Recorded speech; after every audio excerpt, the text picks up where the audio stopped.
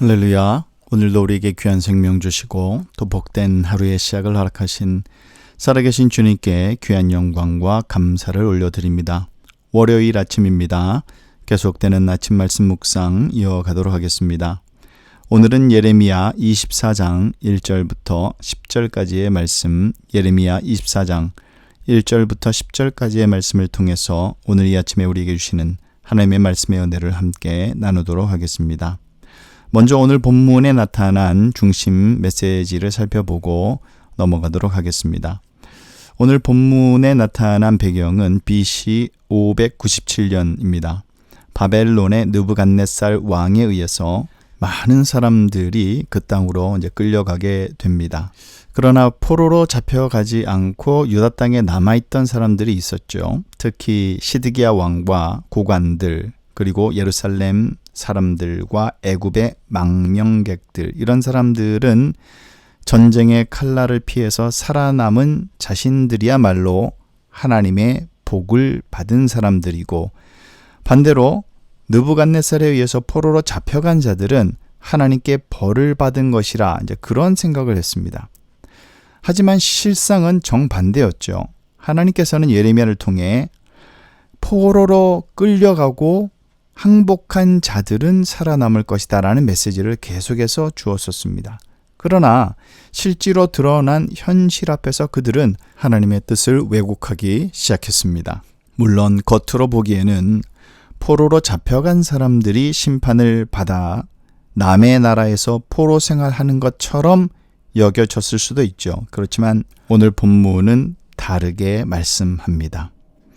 포로로 잡혀간 사람들은 하나님께서 마치 좋은 무화과처럼 잘 돌보실 것이고 언젠가는 다시 고국으로 돌아오게 하실 것이다 말씀합니다.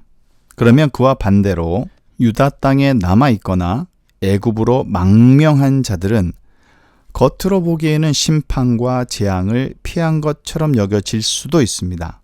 그러나 하나님께서는 그들을 나쁜 무화과처럼 버리실 것이고 여러 나라 가운데 흩어짐으로써 환난을 당하게 하시겠다 말씀하시고, 그뿐만 아니라 칼과 기근과 전염병으로 그들을 파멸에 빠뜨리실 것이다 말씀하고 있습니다.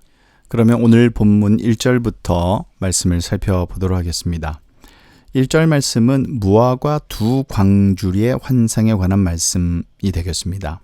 배경은 바벨론의 느부갓네살 왕이 BC 597년에 남왕국 유다의 여고냐 왕, 곧 여호야김의 아들 여호야긴이죠. 그와 고관들, 그리고 목공, 철공, 이 모든 사람들을 예루살렘에서 바벨론으로 이동시켜버립니다. 사로잡아서 포로로 데리고 가는 이제 그러한 상황을 배경으로 하고 있습니다. 그리고 예레미야는 지금 여호와의 성전 앞에서 이 무화과 두 광주리를 바라보고 있는 이제 그러한 장면이 되겠습니다.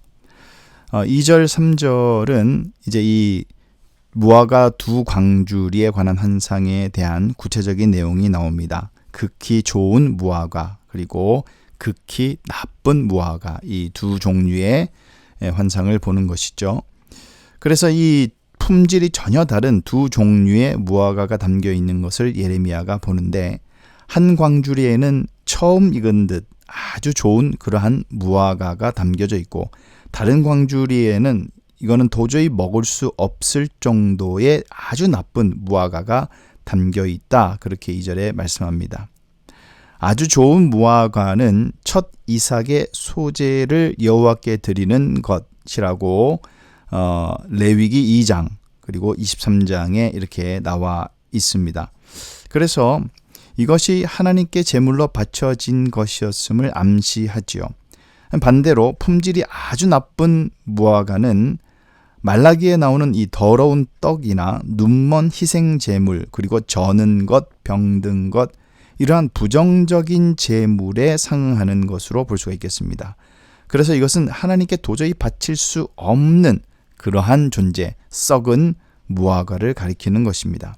하나님께서 이것을 보여주시면서 예레미야에게 묻고 있습니다. 네가 무엇을 보느냐? 예레미야는 있는 그대로 하나님께 말씀을 합니다. 한쪽에는 좋은 무화과가 담겨 있는데 반대로 한쪽에는 너무 나쁜 것을 먹을 수가 없는 것이 담겨져 있습니다 라고 그렇게 3절에 대답을 합니다. 그렇지만 이 환상이 어떠한 의미를 가지고 있는지 예레미야는 알 길이 없습니다. 그래서 이 환상에 대한 해명이나 해석은 오로지 환상을 주신 하나님께 속한 것이고, 그리고 실제로 4절 이하에서부터 이제 이 의미를 구체적으로 하나님께서 직접 풀어서 말씀해 주고 있습니다. 4절 말씀 보겠습니다. 예레미야의 답변이 끝나자 여호와의 말씀이 그에게 임했다라고 기록하고 있습니다. 그리고 5절 이하에서는 하나님께서 예레미야가 본 환상이 어떤 의미를 담고 있는지를 말씀을 하는데, 이 먼저 좋은 무화과 나무라는 것은 희망이 있는 그러한 소망으로 가득 찬 미래를 상징하는 것입니다. 하나님께서 이 포로로 끌려온 이 갈대아 사람들의 땅에 잡혀온 이 유다 백성들을 좋은 무화과 같이 잘 돌보실 것이다 라고 5절에 기록하고 있습니다. 그러면 어떠한 방법으로 하나님께서 그들을 돌보실지 이제 6절, 7절 말씀을 통해서 살펴보도록 하겠습니다. 하나님께서는 포로로 잡혀간 그들을 좋게 하여 마지막에 다시 고국으로 돌아오게 하시고 그 땅에 그들을 견고하게 세우시며 다시 헐지 않을 것이요 잘 심어서 뽑지도 않으실 것이다 라고 6절에 말씀합니다. 또 그는 자신이 여호와임을 아는 마음을 그들에게 주셔서 그들이 온전한 마음으로 자신에게 돌아오게 하실 것이다 말씀합니다. 그래서 그것을 통해 그들은 내 백성이 될 것이고 하나님께서는 그들의 하나님이 되실 것이다 라고 7절에 선포하고 있습니다. 7절 말씀을 한번 살펴보도록 하겠습니다. 내가 여호와인 줄 아는 마음을 그들에게 주어서 그들이 전심으로 내게 돌아오게 하리니 그들은 내 백성이 되겠고 나는 그들의 하나님이 되리라. 새로운 출애굽을 허락하시고 새로운 언약을 그들에게 세워주시는 것입니다. 이것이 하나님의 구속의 또 구원의 큰 계획이고 그림인 것을 이제 우리가 본문을 통해서 예레미야의 환상을 통해서 발견해낼 수가 있는 것입니다. 그래서 사람에게 가장 큰 축복, 가장 큰 은혜는 바로 하나님이 우리의 하나님이 되시는 것이고 우리는 그의 백성이 되는 것. 이것이 사람에게 이 땅을 사는 우리 모든 이에게 가장 큰 그 어느 것과도 세상의 그 어떤 가치와도 바꿀 수 없는 축복인 것입니다. 이제 마지막 8절, 10절의 말씀을 통해서 나쁜 무화과에게 주어질 심판에 대해서 한번 살펴보도록 하겠습니다. 이 다른 쪽에 담긴, 다른 광주리에 담긴 나쁜 무화과의 한상은 포로로 잡혀가지 않은, 그래서 유다 땅에 그대로 남아있거나 아니면 애굽으로 도망간 망명한 사람들이죠. 그들을 향한 하나님의 심판의 메시지가 주어집니다. 이 심판의 메시지에 따르면 하나님께서는 유다 왕 시드기야와 그리고 그의 고관들과 그리고 유다 땅에 그대로 남아있는 예루살렘의 남은 자들, 애굽 땅으로 간 사람들을 나빠서 먹을 수가 없는 나쁜 무화과처럼 만들어 버리실 것이다. 그렇게 8절에 기록하고 있습니다. 하나님께서 애굽으로 망명한 자들, 그리고 시드기야 왕을 비롯해서 유다에 남아있는 자를 모두 나쁜 무화과처럼 버리시겠다라는 이 의미가 무엇인지 이제 9절 10절에서 그 의미를 이렇게 말씀하고 있습니다. 하나님께서 그들을 세상 모든 나라 가운데 흩으실 것이고 그리고 그들은 환난을 당하게 될 것이고 쫓아보낸 모든 곳에서 부끄러움을 당하게 되고 흩어진 나라의 주민들로부터 비웃음과 조롱과 저주를 받게 할 것이다 라고 9절에 말씀합니다. 그리고 마지막 10절에 하나님께서 그들과 그들의 조상에게 준 땅에서 그들이 멸절될 때까지 계속 칼과 기근과 전염병을 보내실 것이다. 그렇게 엄중한 심판의 메시지를 주고 계십니다. 하나님께서 직접 이렇게 주신 이 환상의 메시지는 분명한 목적 한 가지를 담고 있습니다. 그 목적은 바로 그들의 그 당시에 유다 백성의 잘못된 그들의 생각을 바로잡기 위한 것이었습니다. 만약에 심판이 목적이라면 이러한 경고의 말씀을 주실 이유가 없겠죠. 그냥 바로 쓸어버리시면 되실 것이고 흩어버리면 되실 것이고 칼과 기근과 전염병에 그대로 내버려 두시면 되실 것입니다. 그런데 이러한 경고의 메시지를 하나님께서 주심으로 그들의 생각을 바꾸고 하나님의 말씀에 순종하여 하나님이 원하시는 것은 남아있거나 망명하는 것이 아니라 바벨론의 포로로 잡혀가라라는 그러한 하나님의 뜻을 받아들이라는 것입니다. 그러면 이제 오늘 말씀을 한번 정리해 보도록 하겠습니다. 사람들은 자주 이러한 착각에 빠집니다. 자신과 세상을 향한 하나님의 뜻을 잘못 판단하는 것이죠. 자신의 주관적 생각과 판단이 마치 하나님의 뜻과 일치하는 것처럼 오해하는 경우가 많습니다. 환경이 나아지고 상황이 좋아지면 그것이 하나님의 뜻인 줄 우리가 착각할 경우가 있습니다. 오늘 본문의 메시지는 분명합니다. 하나님의 뜻과 계획은 사람이 함부로 판단할 수 있는 것이 아니라는 사실입니다. 그래서 이사야서 55장 8절 이하에 보면은 우리가 잘 아는 이런 말씀이 기록되어 있습니다. 이는 내 생각이 너희의 생각과 다르며 내 길은 너희의 길과 다름이라.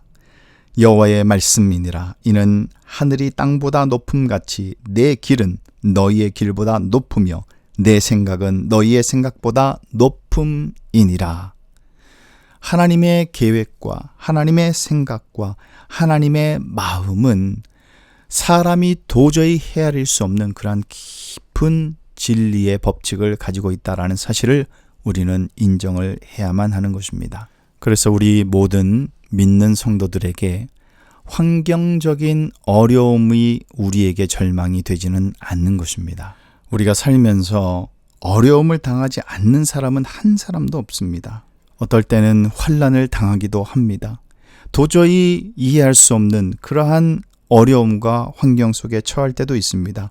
그러나 그러할 때 두 가지 종류의 사람이 발생하게 되지요. 한 사람은 자신을 돌아보고 회개하는 사람, 또 한 사람은 끝까지 완악한 사람, 이러한 두 가지 사람을 우리가 볼 수가 있습니다. 자신의 생각대로 끝까지 밀어붙이는 사람, 그리고 하나님께 전적으로 돌이키는 사람, 그 끝은 전혀 다른 결과를 가져올 줄 믿습니다. 우리는 하나님만 바라보고 하나님만 의지해야 합니다. 그러면 하나님께서 지금의 고난을 형통으로 반드시 바꾸어 주실 줄로 믿습니다. 그 믿음으로 사는 자가 바로 그리스도인입니다. 세상이 감당하지 못하는 믿음을 소유한 사람, 그 사람이 바로 믿음의 성도가 될 줄로 믿습니다. 오늘도 우리가 믿음을 주님 앞에 올려드리기를 원합니다. 하나님이 우리의 하나님 되시고 그리고 우리는 하나님의 백성이 되는 것, 그것이야말로 우리가 이 땅에 살면서 가장 큰 은혜와 축복인 줄로 우리가 믿고 오늘 하루도 하나님, 나의 하나님, 내가 주님 앞에 믿음으로 나아갑니다. 이러한 믿음의 고백과 감사를 올려드리는 믿음의 산 증인으로 사시기를 예수님의 이름으로 축원합니다.